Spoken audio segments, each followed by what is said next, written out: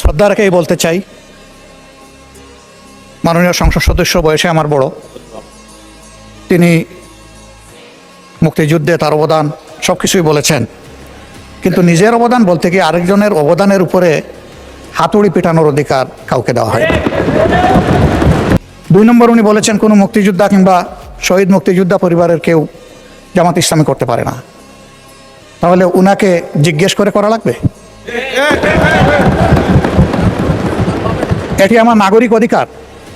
আমি কোন দল করব, কোন আদর্শ আমি অনুসরণ করব, এর উপর হস্তক্ষেপ করার ন্যূনতম কোনো অধিকার রাষ্ট্র কিংবা সংবিধান কাউকে দেয়নি।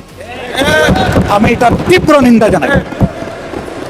আমার আইডেন্টিটি নিয়ে প্রশ্ন করা হয়েছে, এটা গুরুতর অপরাধ করেছেন উনি। আবার আমার আদর্শ সিলেকশনের ব্যাপারে উনি কথা বলেছেন, এটা বাড়তি অপরাধ করেছেন। আমি অনুরোধ করব মাননীয় স্পিকার, তার এই অসংসদীয় অংশটা এখান থেকে যেন এক্সপাঞ্জ করা হয়।